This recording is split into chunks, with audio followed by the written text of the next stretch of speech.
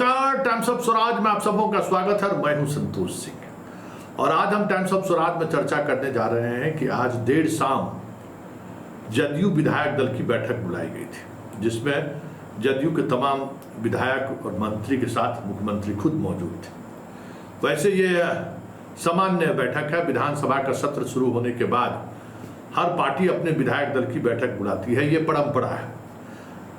लेकिन इस परंपरा के बीच आज नीतीश कुमार ने लगभग 55 मिनट तक लगातार अपने विधायकों को संबोधित करते रहे और उस संबोधन के दौरान कई ऐसी बातें उन्होंने कही है जिनके सहारे बिहार की राजनीति आगे आने वाले समय में कौन सा करवट लेने वाला है, उसका संकेत आज ही नीतीश कुमार ने दे दिया। एक संकेत तो साफ तौर पे कह दिया कि चुनाव समय पर होगा, किसी भी तरीके के अटकलों पर ध्यान न दें, समय पर चुनाव होगा और ये 1 वर्षों के दौरान जो कुछ भी काम क्षेत्र में आप कराना चाह रहे हैं, विजय चौधरी जी और विजेंद्र यादव जी को ये अधिकृत किया गया है कि आप 24 घंटे में कभी भी किसी भी तरीके का काम लेकर, विकास से जुड़े हुए योजनाओं को लेकर आप इन दोनों मंत्री से मिल सकते हैं और इन दोनों मंत्री को जिम्मेवारी है कि सेम डेट वो फाइल हमारे पास पहुंचे, ये सुनिश्चित करें।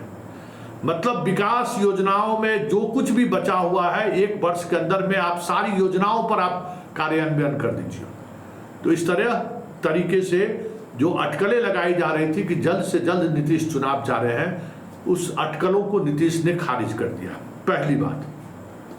दूसरी बात, उन्होंने ये तमाम विधायकों को भरोसा दिलाया है कि विशेष पैकेज बिहार को मिलेगा।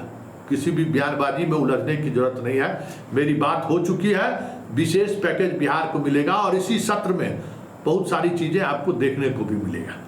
विशेष राज्य के दर्जा को लेकर कुछ नीति आयोग ने ऐसा प्रावधान कर दिया है, वो संवैधानिक प्रावधान के दायरे में ला दिया है, जिस वजह से भाषा में भले विशेष राज्य ना दिखे, विशेष पैकेज दिखे, लेकिन विशेष राज्य का जो उद्देश्य है ना, वो सारे उद्देश्य आपको उस विशेष पैकेज में देखने को मिलेगा। कुछ खास इकोनॉमिक जोन भी बिहार में बनेगा, देखते रहिए। बहुत सारी चीज़ें हैं, कई एम्स, एयरपोर्ट के साथ साथ सेंट्रल यूनिवर्सिटी, बहुत सारी चीज़ें ऐसी आ रही हैं जो मेरा बरसों पुराना डिमांड रहा है, वो पैकेज के रूप में हमें मिलेगा, इसलिए आप निश्चिंत रहें।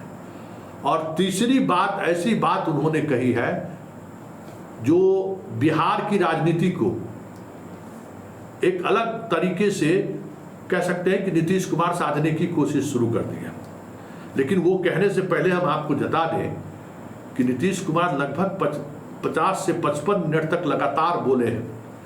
पहली बार, मतलब इस अंतराल की अगर हम बात करें, अपने पुराने रंग में दिखे हैं नीतीश कुमार। मतलब विधायक सब भौचक थे, हैरान थे और सबको लग रहा था अरे वो तो हमारे पुराने वाले 2015 और 10 वाले नीतीश कुमार दिख रहे हैं सामने में। और बातचीत के दौरान उन्होंने 2-3 बार थोड़ा विजेंद्र यादव भी नीतीश कुमार की तरह गुलाली लेते हैं आजकल, तो उनको कहे क्या विजेंद्र बाबू आप जो है सो गुलाली ले रहे हैं, अरे ठीक से एकदम टाटे काम वो ऐसे कर रहे हैं जो काम अपने करते थे। मतलब आज अद्भुत लगा कि नीतीश कुमार वही नीतीश कुमार है जिनको लोग देखकर ये निराश होने लगे थे, उनके समर्थक उदास हो गए थे कि अब क्या होगा बिहार का। मानने लगे थे कि अब नीतीश उस दौर से में अब नहीं रहे, नीतीश में वो अब ताकत नहीं रही।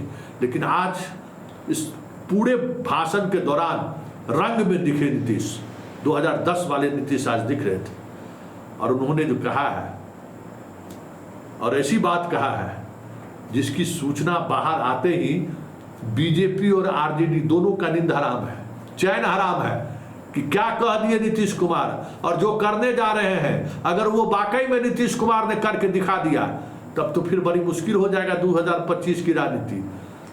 सीधे तौर पर नीतीश कुमार ने कहा है कि हमने 2005 में बिहार की सत्ता पर काबिज हुए और आज 2024 है। इन वर्षों में हमने मुसलमानों के लिए क्या क्या नहीं किया है। हमने बीजेपी जैसे कम्युनल पार्टी जो पूरे देश में डंका बजा दिया अपने कम्युनलिज्म को लेकर, अलग अलग तरीके की